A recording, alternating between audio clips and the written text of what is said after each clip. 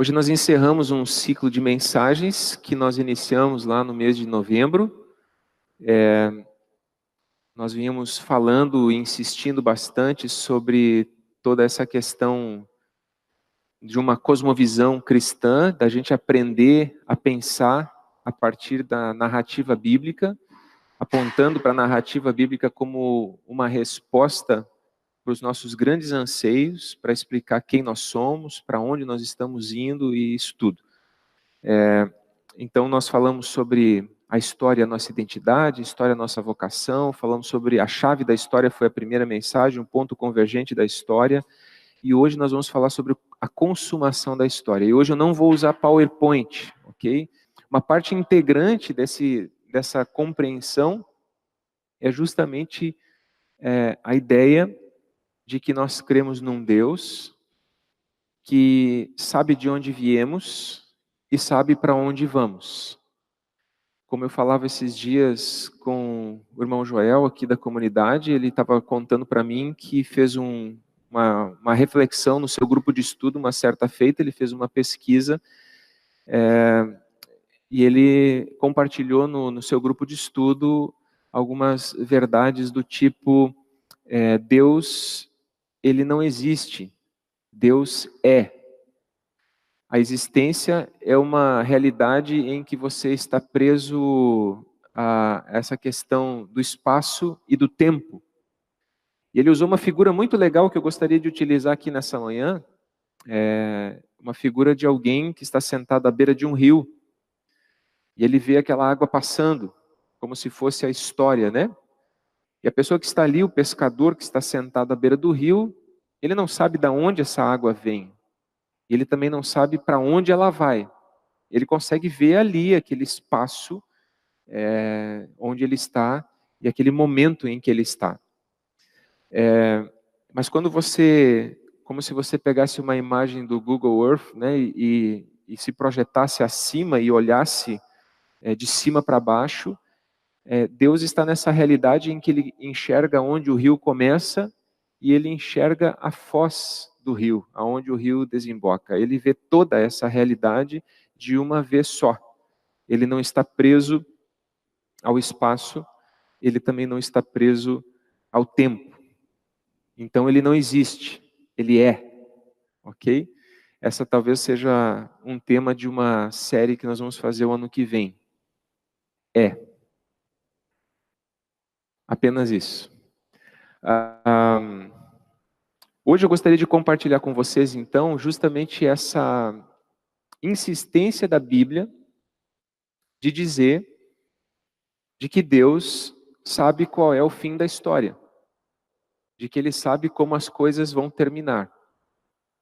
Isso não significa dizer, de forma alguma, que nós acreditamos em determinismo. O que é determinismo? Determinismo é uma ideia dentro da fé cristã que se assemelha a conceitos fora da fé cristã que são chamados, por exemplo, de destino. É quando as pessoas dizem assim, esse é o meu destino. Já ouviu essa frase? Em muitas religiões as pessoas dizem assim, esse é o meu destino, eu estou passando por isso porque esse é o meu destino. É uma ideia de que, ou então no meio cristão as pessoas dizem, eu estou passando por determinadas coisas porque Deus quis assim. Simplesmente. De que se eu casei com a pessoa que eu casei porque Deus quis assim, se eu passei na UFSC, não passei na UDESC, foi porque Deus quis assim. Todas essas coisas assim a gente dá uma espécie de espiritualizada e entende a partir disso.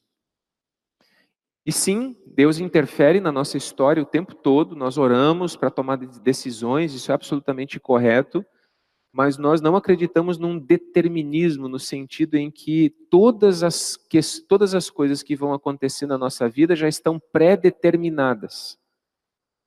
Certo? De modo que se alguma coisa acontecer, é porque isso já estava escrito em algum lugar. A interpretação que se faz às vezes do Salmo 139, de que todos os meus dias já estavam escritos no teu livro, é muitas vezes uma interpretação determinista, de que então cada coisa que aconteceu, e aí inclusive se eu traí a minha esposa é porque já estava escrito, se eu não sei o que, mas então se já estava tudo escrito, por que é que Deus, na sua escritura, na palavra, vem e diz para mim assim, cuidado, não faça isso, não faça aquilo, vigie. O que adianta vigiar se já está tudo determinado? Não seria uma coisa absolutamente contraditória pensar em... Então, o que nós acreditamos? Nós acreditamos sim na soberania de Deus, nós acreditamos que Deus já enxerga o fim da história, de que Ele está conduzindo a história para esse lugar final, mas ao mesmo tempo, Ele nos fez participantes, pessoas que estão ativamente envolvidas nesse processo, e Ele deseja nos envolver nesse processo e na sua história. Portanto, embora nós creiamos de todo o coração e com toda a intensidade na soberania de Deus, nós não acreditamos num conceito determinista, de que nós somos simplesmente, no final das contas, algum tipo de ser marionetado. Certo? É por isso que ele pede para que a gente obedeça, para que a gente ouça, para que a gente escute, porque a gente pode ouvir ou pode não ouvir, a gente pode obedecer ou pode não obedecer, a gente pode arrepender-se a partir da sua palavra ou pode endurecer o coração. Ok? E isso no frigir dos ovos é um grande mistério, não tem como transformar isso tudo num conceito, encaixar dentro de uma lógica prontinha, é uma realidade cheia de paradoxos, de verdades que se sobrepõem, mas o fato é que essas duas grandes balizas são importantes, nem determinismo, nem também uma ideia de que Deus não seja soberano, de que nós somos simplesmente seres livres e que nós que decidimos tudo, nem uma coisa nem outra. Ok? Então, nesse horizonte, nesse sentido, eu quero convidar você a sobrevoar hoje de manhã 2 capítulos da Bíblia, do livro de Isaías. Então, hoje não tem projeção, hoje nós vamos voltar a ser a boa e velha igreja que pega o livro e abre o livro, ok? Se você não trouxe, você pode acessar o seu celular também. Vale. Ok? Então, Isaías 34 e 35, eu quero convidar você para sobrevoar esse texto. Eu dei um panorama bem abrangente, bem geral, agora eu gostaria de falar um pouquinho, antes de nós lermos os textos, eu gostaria de falar um pouquinho sobre como, geralmente, as profecias lidam com as realidades. E a melhor forma de, muitas vezes, expressar isso, assim como o exemplo do pescador na beira do rio, agora eu gostaria, ao falar das profecias, eu gostaria de usar a comparação. Todo mundo aqui já esteve num lago, né? Na beira de um lago, um dia sem vento, aquela água parada, certo? E aí todo menino, toda menina já sentou do lado do lago, pegou uma pedra e jogou o mais longe possível, certo? A pedra cai lá no dentro do lago e do lugar onde ela cai, ela vai formando círculos que vão se estendendo, correto? Todo mundo já viu essa cena, já provocou essa cena na brincadeira infantil ou mesmo de adulto, num momento relaxante, enfim, na beira de um lago. As profecias, elas funcionam mais ou menos dessa maneira também.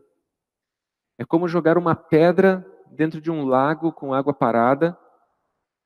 Ela tem um comprimento naquele momento histórico para qual aquela profecia foi dada. Geralmente a gente chama isso de um cumprimento imediato, certo? É onde a pedra cai, formando aquele primeiro ondulação de água. A gente chama de um cumprimento secundário ou intermediário, que quase 100% das vezes, se não 100% das vezes, passa por Jesus Cristo. E você tem um cumprimento final, um cumprimento definitivo, que se refere aí sim àquilo que a gente chama de consumação da história, que é o tema aqui nessa manhã.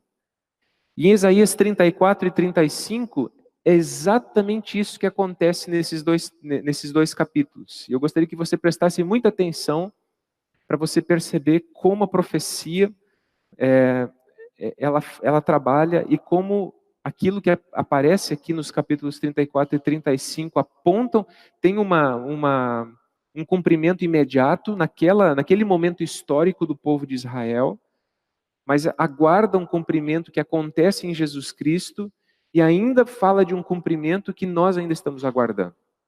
Ok? Esse movimento parcial em relação à consumação de todas as coisas.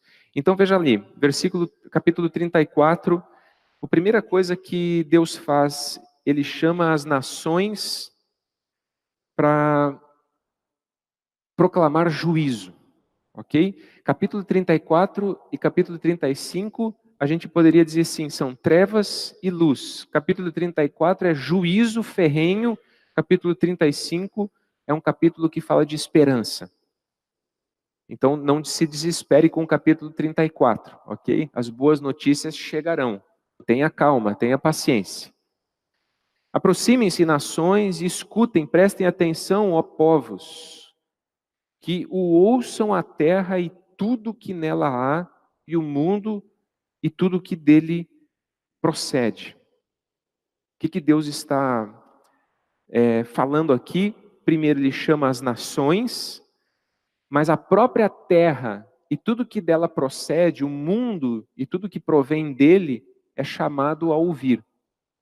É uma palavra de juízo que se refere às nações, aos seres humanos, mas toda a criação está envolvida nisso.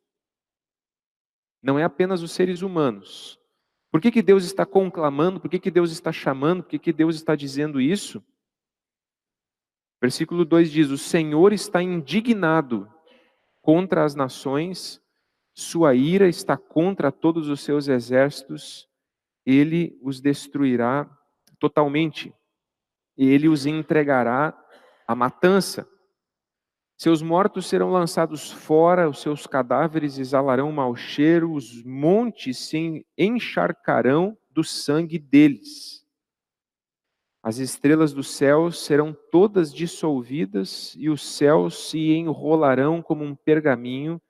Todo o exército celeste cairá como folhas secas da videira e da figueira. Muito bem, vamos dar uma olhadinha nisso aqui. É uma palavra de juízo, de destruição. Deus está contra os exércitos do mundo, contra o seu poder, contra os seus movimentos de morte. E Deus então traz a sua ira contra tudo isso, de modo que se instala ali um quadro catastrófico de cadáveres exalando mau cheiro, os montes se encharcando do sangue desses exércitos. O versículo 4 nos remete, por exemplo, para Mateus capítulo 24, falando desses poderes celestes que são abalados. As estrelas cairão do céu, o céu se enrolando como um pergaminho. Lembrando que naquela época as pessoas tinham uma cosmovisão no sentido física de como o nosso planeta era, né? De que havia uma grande abóboda celeste.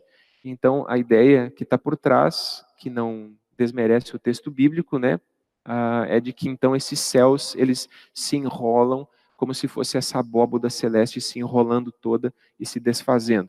Mas o que o texto mostra aqui, quando nós fazemos uma comparação com o Apocalipse, é que as estrelas sempre são um comparativo com esses poderes celestiais. Por exemplo, quando fala do dragão, que com a sua cauda arrasta um terço das estrelas do céu, logicamente o texto bíblico que aponta para esse dragão como Satanás, está falando de que esse um terço das estrelas do céu são poderes celestiais. E, portanto, o que Isaías está tentando mostrar aqui não é que literalmente as estrelas vão cair do céu como os figos caem da figueira, mas ele está querendo dizer que esse juízo ele não será apenas sobre a humanidade, ele vai abranger toda a sua criação, porque ele conclama a terra e tudo aquilo que nela há, e isso também vai ser algo que vai afetar a realidade cósmica, o mundo celestial. Correto? Dá para acompanhar até aqui? Então, é um juízo que não é um juízo pontual. Ele não está falando de um juízo pontual, mas ao mesmo tempo está. Ok? E essa é a grande complicação de mexer com as profecias, porque sempre você tem que observar qual é o cumprimento imediato, qual é o cumprimento intermediário e qual é o cumprimento definitivo daquela profecia. E às vezes essas coisas se entrelaçam de uma maneira bem difícil, que a gente diz assim: Senhor, tu o sabes. Ok?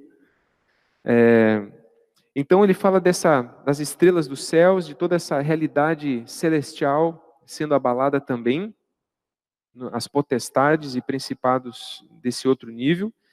E o versículo 5 continua dizendo: quando a minha espada embriagar-se nos céus, saibam que ela descerá para julgar Edom, povo que condenei à destruição. Quem eram os edomitas? Os edomitas, eles eram descendentes de Esaú. Edom é vermelho, né?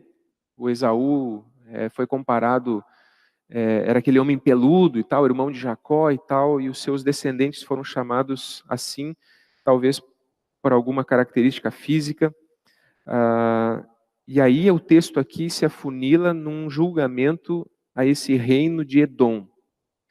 Mas, logicamente, quando você olha todo o contexto, embora se refira sim a um julgamento pontual àquele povo, àquela nação, os edomitas, embora fossem parentes próximos dos israelitas, eles sempre foram extremamente agressivos com os israelitas, em vários momentos da história de Israel. Eles se alegraram grandemente quando aconteceu o exílio e quando Israel foi destruído pela Assíria e quando Judá foi destruído pelos babilônios. E haviam ordens diretas dadas a Moisés de que os israelitas fossem bondosos com os edomitas, porque eles eram parentes, de que eles não se agredissem. Mas, embora houvesse essa ordem em relação a Israel, a recíproca parecia que não acontecia dentro do relato bíblico. Mas Edom representa todas essas forças que se levantam contra aqueles que Deus chamou para si. Não é um juízo apenas contra Edom, é um juízo sobre todos aqueles que decidiram agredir aqueles que Deus escolheu como seu povo. Versículo 6 então continua dizendo: a espada do Senhor está banhada em sangue, está coberta de gordura. As descrições são assim para quem tem estômago forte, né? Espero que você não tenha estômago fraco, se você precisar sair. Sangue de cordeiros e de bodes, gordura dos rins e de carneiros, pois o Senhor exige sacrifício em Bozra, que era uma das grandes cidades de Edom, e grande matança em Edom. Esse juízo é comparado a um grande sacrifício, em que as pessoas são comparadas com os carneiros que são sacrificados nesse sacrifício. Com eles cairão os bois selvagens e os novilhos com os touros, que aqui representam os líderes, não apenas o povo, mas também os seus líderes vão cair. A terra deles ficará ensopada de sangue e o pó se encherá de gordura. Que horrível, né? E aí o versículo 8 diz assim: pois o Senhor terá seu dia de vingança, um ano de retribuição para defender a causa de Sião. Agora observe, aqui você pode ter sim uma ideia de um juízo prometido de maneira específica, com cumprimento imediato, porque os edomitas também foram levados para o exílio e nunca mais se reconstruíram como nação, assim como o reino do norte Israel. Só o reino do sul, Judá, que se reconstruiu. Então existe um cumprimento imediato dessa profecia. Mas os versículos 9 em diante começam a falar de uma realidade um pouco diferente. Veja só, os riachos de Edom, e aí a gente percebe que Edom é uma figura. Não apenas pode ser lido de maneira literal, mas tem que ser visto também como uma figura, porque os riachos de Edom se transformarão em piche, em enxofre o seu pó. Sua terra se transformará em betume ardente. Não se apagará de dia, nem de noite, sua fumaça subirá para sempre. O que isso parece para você? Rios em forma de piche. O pó da terra, enxofre. A terra transformada ou tornada em betume ardente. E aquela região é a região até hoje de onde vem grande parte do petróleo do mundo todo, né? Então haviam de fato poços de betume, lugares onde esse petróleo ele emergia, né? E há muito tempo isso era usado para fazer fogo, para muitas coisas, inclusive para impermeabilizar navios e esse tipo de coisa. Barcos, embarcações, tinha vários tipos de uso. Mas aqui ele está descrevendo uma cena que não cabe numa realidade comum, simples. Ele tá descrevendo uma outra realidade. Uma outra realidade sobre a qual Jesus também falou. Jesus falou, o nosso Jesus, que a gente sempre associa a um homem cheio de amor, mas que também teve palavras de juízo muito fortes. E foi ele que falou sobre o lugar onde não lhes morre o verme e onde o fogo não se apaga. Foi ele que falou sobre isso. Ok? Então, parece uma descrição de uma realidade infernal e não de uma realidade humana, não de uma realidade da nossa natureza. De geração em geração ficará abandonada, ninguém voltará a passar por ela. Aí os versículos adiante também são muito interessantes. A coruja do deserto e a coruja estridente a possuirão, o corujão e o corvo farão nela os seus ninhos. Deus estenderá sobre Edom, o caos como linha de medir e a desolação como fio de prumo. Aqui é muito interessante pelo seguinte: primeiro, numa realidade onde tem fumaça subindo o tempo todo, onde o pó se transformou em enxofre, onde a água é piche, onde a terra virou betume ardente, não vivem animais. Certo? Mas há uma descrição aqui de animais considerados impuros pelos israelitas. Todos eles aqui descritos são animais impuros. E é interessante perceber, por exemplo, de que essa coruja que é descrita aqui, que é simplesmente traduzida assim na NVI, ela tinha uma expressão em hebraico que era Lilith.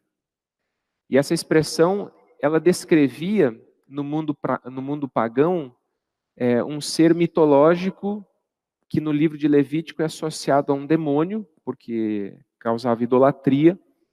E me parece que o que o autor bíblico está fazendo aqui, Isaías está fazendo, é descrever animais que representam uma realidade espiritual. Certo? É habitado por Lilith, é habitado por esses seres da noite, esses seres tenebrosos.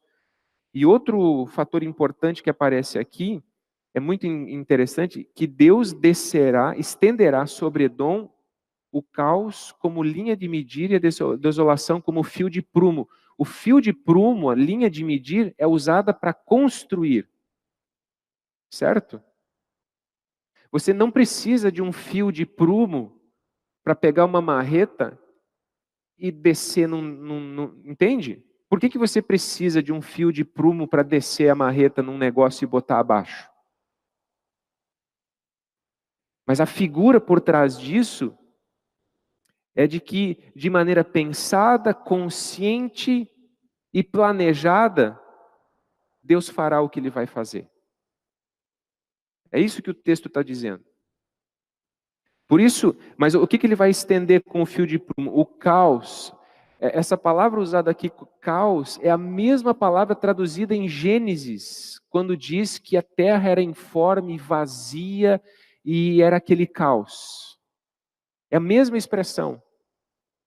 É como se Deus estivesse dizendo assim: Aquilo que eu fiz, aquilo que eu gerei, aquilo que foi formado, a criação que foi produzida pela palavra da minha boca, de maneira consciente, com o fio de prumo para construir, agora o mesmo fio de prumo eu vou levar isso tudo de volta ao caos, de onde tudo se originou. Ok? Todo mundo está me acompanhando até aqui? Certo? É, e isso é interessante, é tudo muito interessante. Ele fala de destruição também aqui, dos poderes desse mundo. Seus nobres nada terão ali que possa chamar-se reino, e todos os seus líderes desaparecerão. Espinhos tomarão de assalto as suas cidadelas, urtigas e sarças cobrirão as suas fortalezas. Será um antro de chacais e moradia de corujas. Criaturas do deserto se encontrarão com hienas e bodes selvagens balirão uns para os outros. Ali também descansarão as criaturas noturnas. Essas criaturas noturnas é justamente aqui nessa tradução de criaturas noturnas que é traduzida essa expressão Lilith, e não lá em cima na coruja do deserto, como eu tinha dito antes, ok? É aqui, em coruja, em criaturas noturnas. E acharão para si locais de descanso. Nela a coruja fará ninho, chocará seus ovos. De novo, a tradução aqui de coruja na Bíblia de Jerusalém é serpente voadora, ok? Uma serpente voadora que coloca ovos e choca seus ninhos. É uma linguagem muito... Ele não está descrevendo animais pura e simplesmente, ok? Então a coruja seu ninho, chocará seus ovos, cuidará dos seus filhotes, à sombra de suas asas. Os falcões também se ajuntarão ali, cada um com o seu par. Procurem no livro do Senhor e leiam. Nenhum desses animais estará faltando, nenhum estará sem o seu par, pois foi a sua boca que deu a ordem, e o seu espírito os ajuntará. Ele designa as porções de cada um, sua mão as distribui por medida, eles se apossarão delas para sempre, e ali habitarão de geração em geração. Então você tem, sim, uma palavra de juízo sobre Edom, mas você tem, sim, uma palavra de juízo de consequências eternas, que envolve realidades eternas, as estrelas dos céus, que vão cair como figos, vão cair como as folhas secas da videira. E você tem toda essa realidade espiritual descrita por meio de figuras de chacais, de hienas, de animais da noite, de corujas, de corvos, fora toda essa realidade de betume, piche, enxofre e toda essa coisa doida, ok? E aí você dá um salto para o capítulo 35. E aí você tem uma palavra diametralmente oposta.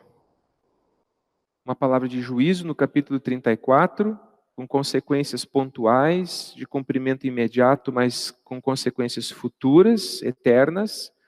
E no capítulo 35 você tem a mesma coisa, uma palavra de esperança que tem realização pontual, naquele momento histórico, que passa por Jesus, mas que desemboca em realidades eternas para além desse momento histórico, inclusive do qual nós estamos passando agora. Veja como é diametralmente oposto.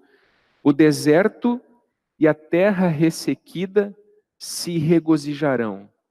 O ermo exultará e florescerá como a tulipa, e romperá em flores, mostrará grande regozijo e cantará de alegria.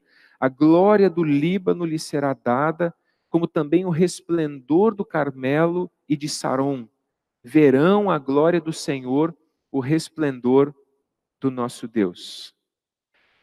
No capítulo 34, o deserto se transforma numa realidade infernal.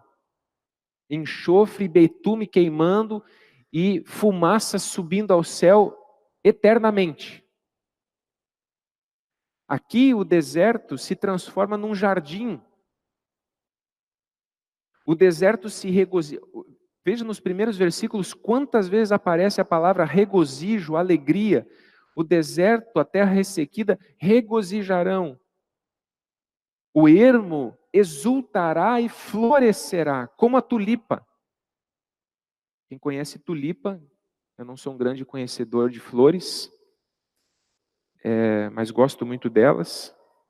Mas a tulipa é uma planta bastante sensível. Mas de repente o deserto se transforma num lugar propício para plantas assim. De novo, ele está falando de uma realidade literal. Em um certo sentido, sim, mas em um certo sentido, não. Esse deserto, esse ermo, irromperá em flores, mostrará grande regozijo, cantará de alegria. Será dado a eles a glória do Líbano, que era um lugar fértil, o resplendor do Carmelo, que era outro monte considerado assim belíssimo, e o resplendor de Saron, da onde vinha a famosa rosa de Saron, que era outro lugar muito belíssimo. E a própria glória de Deus resplandeceria sobre eles. E aí, a palavra é: fortaleçam as mãos cansadas, firmem os joelhos vacilantes, digam aos desanimados de coração: sejam fortes, não temam, seu Deus virá, virá com vingança, com divina retribuição, virá para salvá-los. O contexto que está por trás aqui, o contexto histórico, é o exílio do povo de Judá. E lá no exílio a pergunta é: bom, agora acabou, o templo foi destruído, nossa terra foi tomada, nós fomos levados para uma outra nação, e o Senhor, por meio do profeta, está dizendo assim: fortaleçam as mãos cansadas, firmem os joelhos vacilantes, aquela terra desértica que vocês deixaram para trás, eu vou fazer florescer de novo. Esse é o cumprimento imediato dessa profecia, o retorno do povo do exílio. Mas todo o contexto aponta para um cumprimento ainda mais importante. E a gente vê isso logo no texto em seguida, no versículo 5. Então se abrirão os olhos dos cegos, e se destaparão os ouvidos dos surdos. Então os coxos saltarão como o cervo, e a língua do mudo cantará de alegria. Águas irromperão no ermo e riachos no deserto. Lembrem que quando João Batista foi preso, ele estava apontando para Jesus, e qual era a mensagem que João Batista apontava para Jesus? Depois de mim, vem aquele que eu não sou digno de desatar as sandálias dele. Ele tem a sua pá na mão, e ele vai separar o trigo da palha. O trigo ele vai colocar no celeiro, mas a palha vai ser queimada. Era uma palavra de juízo. Ele apontava para o Messias como um aviso de que o juízo de Deus estava chegando. E por isso ele dizia: arrependam-se, o reino de Deus está próximo. Vocês precisam vir para o lado certo, porque o reino de Deus está próximo. Se vocês continuarem mergulhados no reino das trevas, quando o juízo de Deus chegar, vocês vão ser tomados junto com ele. Aí vem Jesus, todo querido, todo amoroso. Aí João Batista é preso. E lá da prisão, ele manda que seus discípulos vão até Jesus e perguntem para Jesus: és tu mesmo que deveria vir? Ou nós devemos esperar um outro? Porque parecia que a figura de Jesus não combinava com alguém que tem a pá na mão e que separa a semente da palhada. Entende? Ele não parecia ser aquele que vem para batizar com o Espírito Santo e com fogo. Porque na minha leitura daquele texto, o fogo não representa o Espírito Santo. O fogo é aquilo que vai queimar a palha, que ele fala no versículo depois. Ele não parecia aquele que ia mandar fogo. E o que Jesus responde para os discípulos de João Batista? Diga para ele que os cegos veem, os surdos ouvem, os mudos falam, os mortos são ressuscitados, e as boas notícias do reino de Deus estão sendo pregadas. E bem-aventurado é aquele que não se escandaliza em mim. Ele cita esse texto de Isaías dizendo sim, sou eu mesmo, não precisa esperar outro. Esse negócio todo que você anunciou, ele vai acontecer e ele vai passar por mim. A minha vinda significa juízo, sim, mas primeiro, antes de significar juízo, significa uma oportunidade de salvação. Significa a chance que as pessoas têm de se voltarem para Deus primeiro. E elas não farão isso só motivadas pelo medo, elas precisam conhecer o amor de Deus por elas. Jesus cita esse texto bíblico e então ele faz com que essa realidade ela se cumpra a partir daquilo que ele fez, daquilo que ele realizou entre nós. Versículo 8. Estamos quase acabando, queridos. Hoje você pode sair da igreja e dizer assim, hoje eu ouvi uma pregação expositiva. Né? Então, para quem gosta, fica bem feliz. E ali haverá uma grande estrada, um caminho que será chamado caminho de santidade. Os impuros não passarão por ele, servirá apenas aos que são do caminho. Os insensatos não o tomarão.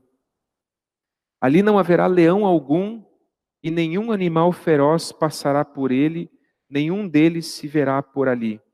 Só os redimidos andarão por ele. Ora, o retorno de Israel, de Judá, do exílio babilônico para sua terra em Jerusalém, está longe de poder ser descrito com essas tintas e com essas cores. Sim, Deus estabeleceu naquele deserto perigoso um caminho para que eles pudessem retornar. Mas a maneira como se fala aqui, logicamente aponta para um caminho muito maior, muito mais abrangente do que o retorno de Judá para Jerusalém, do exílio. É por isso que Jesus também disse, eu sou o caminho. Eu sou o caminho. Ele é esse caminho de santidade. E aqui tem uma questão de tradução, porque a NVI optou por traduzir os insensatos não o tomarão. Mas a Bíblia de Jerusalém e a própria Almeida, que é a nossa tradução mais clássica, mais antiga, traduzem essa expressão mais ou menos da seguinte maneira, que nesse caminho nem os loucos vão se perder. É um caminho tão seguro que quando você estiver nele, mesmo que você seja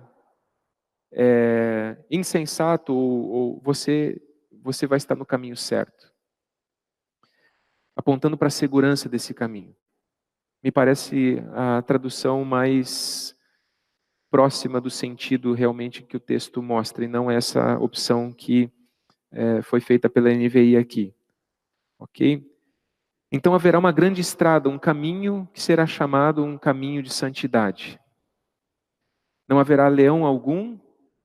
Se no capítulo 34 existe todo tipo de fera, de besta selvagem habitando aquele espaço, nesse caminho os leões e os animais ferozes não vão poder atacar. Nenhum deles se verá por ali. Só os redimidos andarão por ele. E os que o Senhor resgatou voltarão. Entrarão em Sião com cantos de alegria duradoura. Alegria coroará sua cabeça. Júbilo e alegria se apoderarão deles. E a tristeza e o suspiro fugirão. Obviamente ele está falando do retorno do povo para sua terra depois da libertação do exílio babilônico. Mas quando se fala aqui com cantos de alegria e fala de duradoura alegria, a Bíblia de Jerusalém traduz duradoura como eterna, alegria eterna. Com cantos de alegria e alegria eterna coroará sua cabeça. De novo, o texto ele está apontando para uma realidade muito maior, do que aquele retorno que o povo faz da Babilônia para a sua terra. Está apontando para uma realidade celestial. Que no Novo Testamento a gente sabe, porque foi assim que também os apóstolos leram, de que Jesus é a garantia de que essa realidade celestial vai se cumprir e vai acontecer.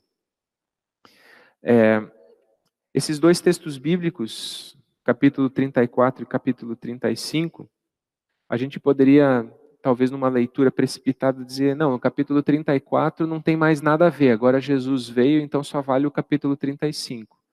Não. Leia os evangelhos e você vai perceber Jesus dizendo, ai de ti, para as cidades pelas quais ele passou. Ai de ti, Cafarnaum. Ai de ti, Betsaida. Porque se em Tiro e Sidom, que eram cidades estrangeiras, se tivessem operado os milagres que foram operados entre vocês, há muito que eles teriam se arrependido. Também foi essa a fala de Jesus chegando em Jerusalém. Jerusalém, Jerusalém, quantas vezes eu quis ajuntar vocês debaixo das asas, mas vocês não quiseram. Quando os discípulos no templo dizem que grandes construções, que coisa suntuosa, que coisa maravilhosa, Jesus disse assim, não vai ficar pedra sobre pedra. Esse é o Jesus mansinho no qual eu e você acreditamos. Porque João Batista não estava errado quando ele apontou para Jesus dizendo que ele tem a sua pá na mão e ele vai separar o trigo da palha. Você entende? Quando nós lemos capítulo 34 e 35 de Isaías, a vontade que dá, e quando eu estava lendo esses dois textos, eu pensei, mas já estava muito em cima da hora para pedir isso, mas eu lembrei de uma música do Rebanhão, bem velhinha, esses tempos alguém estava cantando numa reunião aí que a gente estava. Não se acende a luz do sol nos 220 volts dos palácios de Brasília, não se acende a luz do sol num baseado, coisa assim. E lá no final ele vai perguntar, ele diz, né, por que medir forças com o sol da justiça? Por que querer brilhar mais do que a estrela da manhã? E no final da canção a pergunta é, de que lado você está? De que lado você quer ficar? Quando você lê capítulo 34 e capítulo 35, isso significa que os dois estão apontando para uma realidade de juízo final. E os dois vão acontecer. Os dois. Mas em um deles só estará os redimidos que passaram pelo caminho de santidade. O caminho da santidade. Não é a santidade sua, minha, a que nós construímos. É o caminho santo estabelecido por Deus, que é Jesus. Mas na outra realidade, o juízo de Deus vem. E é por isso que o próprio Jesus, quando foi anunciar as boas novas, qual foi a palavra? Jesus começou a pregar e o que ele dizia? Arrependam-se. O reino de Deus está próximo. Quando, depois do Pentecostes, um grupo de judeus se aproximou de Pedro, dizendo para ele, o que faremos? Ele disse, arrependam-se e cada um de vocês seja batizado em nome de Jesus, e vocês também receberão o dom do Espírito Santo, assim como nós. Arrependam-se. Essa é a mensagem básica que a igreja cristã tem para oferecer. É isso que a Escritura o tempo todo, desde o Antigo até o Novo Testamento, e Jesus corrobora isso de maneira incisiva, inclusive na história, porque a palavra que ele lançou sobre Jerusalém se cumpriu no ano 70, e de fato a única pedra que ficou sobre alguma pedra foi do muro exterior, lá do Muro das Lamentações, que não era o templo em si, era o muro exterior. Tudo mais foi para o chão. Certo? E esses sinais Deus tem colocado diante de nós, dizendo: sim, eu amo vocês, a cada um de vocês, mas eu sou o Deus Santo.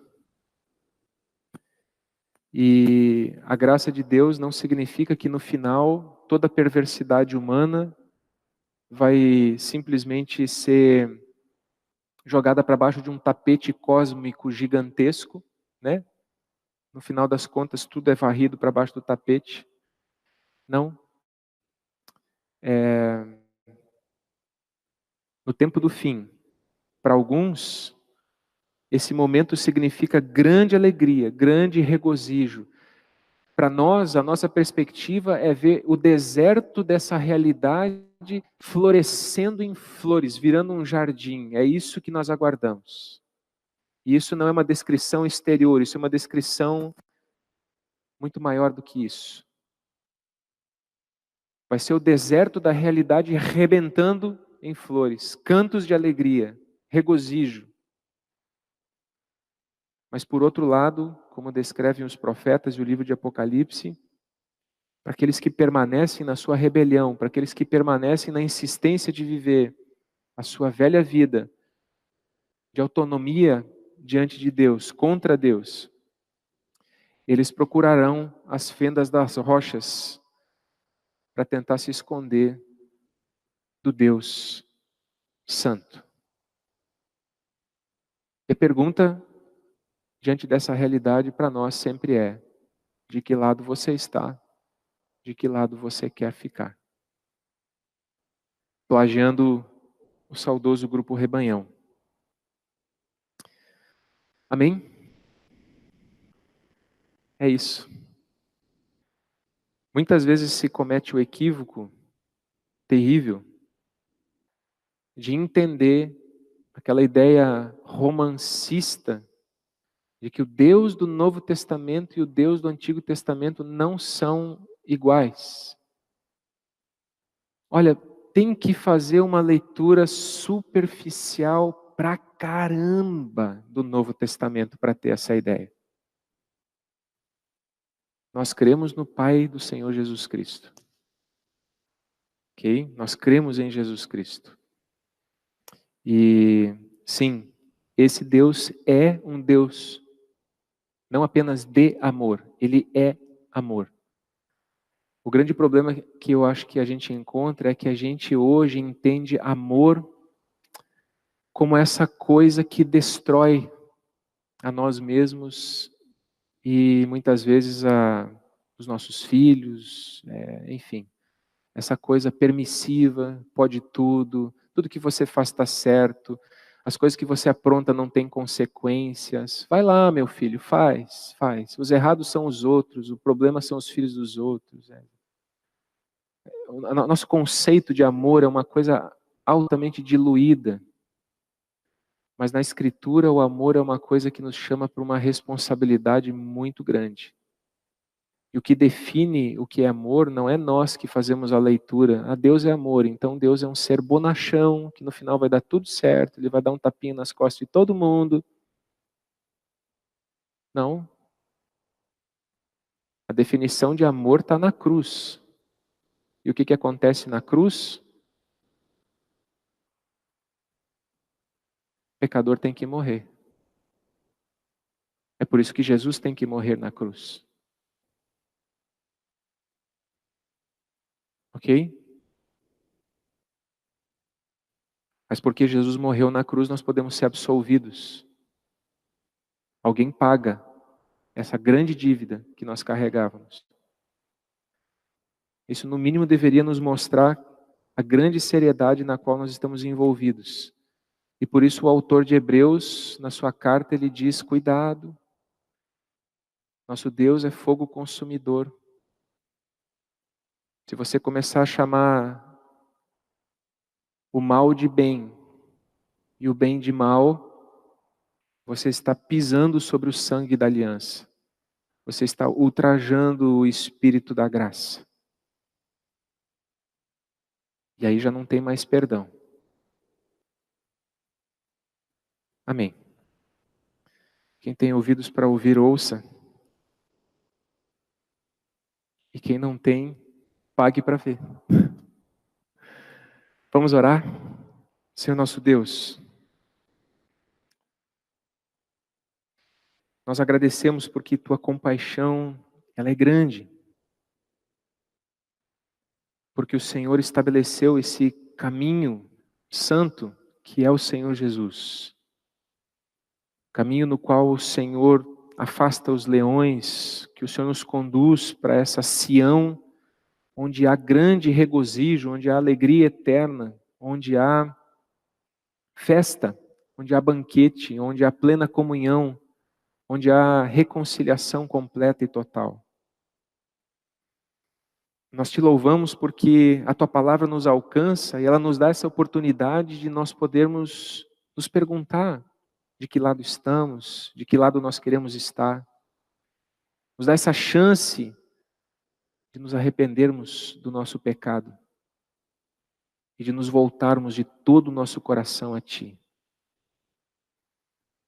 A Escritura jamais lida com essas coisas de uma maneira a amenizar o problema, mas o resolve de maneira radical.